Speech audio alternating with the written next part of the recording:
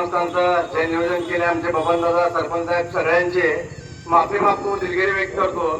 तुम्हाला माझ्यामुळे एक तास थांबावं लागलं. थोडं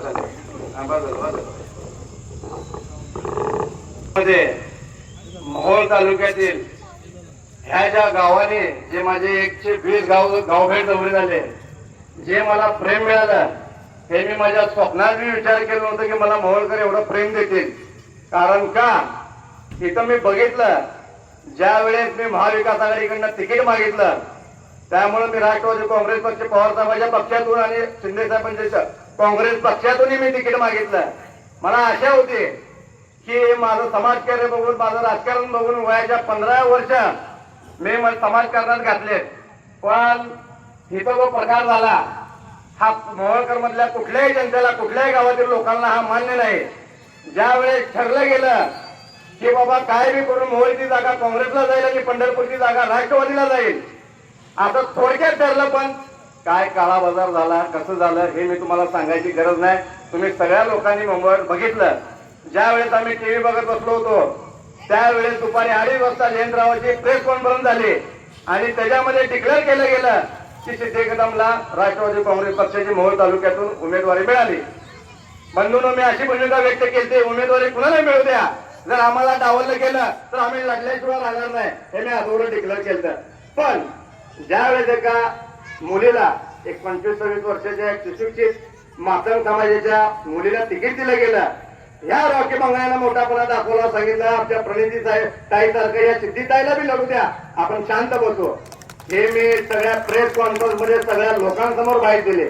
पण बघा बंधूंनो, नीतीचा खेळ कसा आहे, हे राजकारण कसं आहे, तुमच्या आमच्या भावनाशी कसं खेळलं जाते, कसा काळा बाजार केला जातो, कसं तिकिटाची विक्री केली जाते, विचार करा. तिकीट डिक्लेअर झालं, त्याच्या 3 तासाच्या आत हे जे जेवढे तिकीट विक्री करणारे दलाल आहेत, दलाल, ह्या लोकांनी 3 तासामध्ये त्या सुशिक्षित महिला तिचं करिअर बर्बाद केलं. जी मुलगी तिकीट मिळालं म्हणून 25 वर्षाची, तिने खूप तुमच्यासाठी काम केलं असतं. मातंग समाजाची ती सुशिक्षित मुलगी आहे, तिचं करिअर पडलं होतं, तिला तिकीट डिक्लेअर झाल्यावर बिचारी ती गैवरली, तिला फिरायचं पळायचं कळेना, एवढं तिला आनंद अश्रू असताना 3 तासातच ह्या सगळ्या दलाल लोकांनी तिचं तिकीट कट केलं आणि 3 तासात त्या उठणाऱ्या बसणाऱ्या खऱ्याला तिकीट दिलं. ज्याला झोप आलेली बी कळेना आणि उठलेली बी कळेना. बंधूंनो, तुम्हाला वाटत असेल मी का टीका करतो, कशाने टीका करतो. ज्या वेळेस राष्ट्रवादी काँग्रेस पक्षातून अजित पवार गट हा वेगळा झाला, त्यावेळेस काका साठे जे राहतील आपल्या उत्तर तालुक्यातील गावामध्ये, जे राष्ट्रवादी तालुक्याचे जिल्हा अध्यक्ष आहेत, त्यांनी पवार साहेबांसमोर गेले आणि बारामतीमध्ये जाऊन सगळ्या लोकांना घेऊन राजीनामा टाकले. आणि सोबत आपले हे डोळं पुसणारी आणि येड्यात काढणारी संघर्ष समिती त्याच्या सोबत गेली त्यांच्या आणि राजीनामा घ्या म्हणले. अहो, मला तुम्हाला एक सांगायचं आहे, वयाचं वय तुमचं 84 वय आहे. पवार साहेबांसोबत तुम्ही अजित पवार साहेबांचा गट फुटलापासून तुम्ही पवार साहेबाला एकनिष्ठ राहिलात. असं काय या राजू खरेनं तुम्हाला 1 तासात दिलं की तुम्ही पवार साहेबाला बी सोडायला तयार झालात आणि राजीनामा टाकलात. त्या सिद्धीताईकडून खरेला तिकीट करा, खरेला तिकीट द्या. राजू खरे का तुमचा कार्यकर्ता आहे, 10-20 वर्ष काहीतरी तुमच्यासोबत कार्य केलंय. असं 1 तासात तुम्हाला कुठलं प्रेम दिलं की तुम्ही पवार साहेबाला सोडायला तयार झाला, ते सगळं तुम्ही लोकांसमोर पहिला सांगा. राहिला विषय अप्पर तहसील कार्यालयाचा, म्हणून तुम्हाला सांगतो, घरात बसून, एसीत बसून, गाडीमध्ये बसून तुमच्या भावनाची खेळणारी इथं लोक जे संघर्ष समिती जी आहेत, या उमेशदादा पाटलांना माझं आव्हान आहे, तुम्ही घरात बसून बाहेर देताय, अंगार करणं बघून घेतोय, अंगार करणं जागा दाखवतो, यांना हे करतो त्यांना ते करतो. हा रॉकी बंगाळे स्वतः तिथं जाऊन बाहेर देऊन आल्या, 12,000 पॅम्पलेट वाटून आलाय, लक्षात घ्या. आणि त्यांच्या दारात आणि त्यांच्या बंगल्यासमोर आपल्या प्रचाराच्या गाड्या बंधून लक्षात घ्या. जे कधी हे 30-40 वर्ष त्या लोकांनी कधी केलं नाही. दादा, तुम्हाला माहिती आहे, कालचीच गोष्ट आहे, तर हे तुम्ही कधी केलंय का?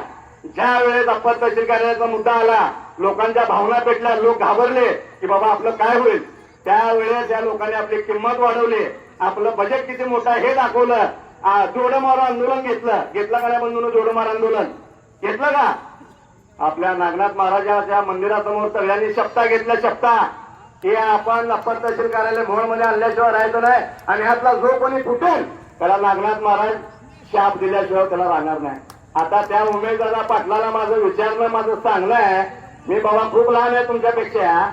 तुमचा संतोष दादा पाटील खुर्ची लावून यशवंत माने सोबत फिरायला बसालाय, त्याचं उत्तर द्या पहिला. चार जोडे जास्त यशवंत मानेला हे संतोष दादा पाटलांनी मारले होते. दादा मारले होते का नाही? शपथ खाल्ली होती का नाही? मग तुम्ही मोहळकरांच्या भावनेशी खेळता का? तुम्ही काय प्रकार चाललाय? फक्त काय नाही बंधू, तुम्हाला येण्यात काढलं जाते. हा यशवंत माने कॉन्ट्रॅक्टर आहे, कॉन्ट्रॅक्टर. आमदारकी काय, समाजसेवक काय, राजकारण काय हे ह्याच्या रक्तात नाही.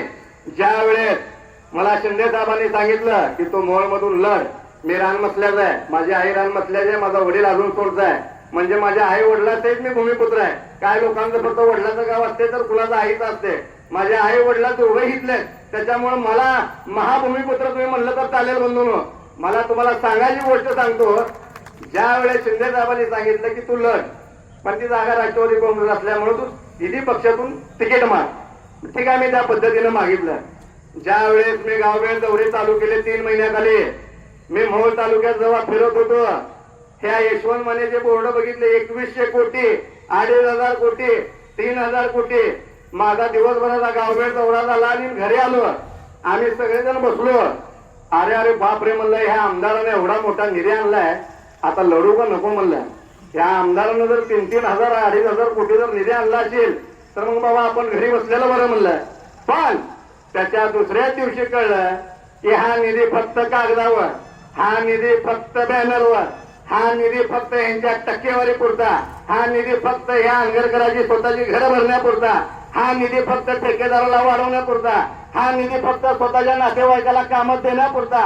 ह्या याने पैसा कमवलेले लोक आहेत बंधून, हे आपल्यासोबत लढू शकत नाहीत, उतरू शकत नाहीत. माझी गाडी नवीन कॅट बघा, त्याचे टायर, त्या टायरचे हाल बघा, तर मळणार कुठले, टायर कुठले. मग आता रस्त्यात खड्डा आहे का, खड्ड्यात रस्त्यात कळी नाही बंधून. अरे या मोहोळकरांना माझं सांगणं आहे, तुमच्या सगळ्या बंधूंना माझं सांगणं आहे, हा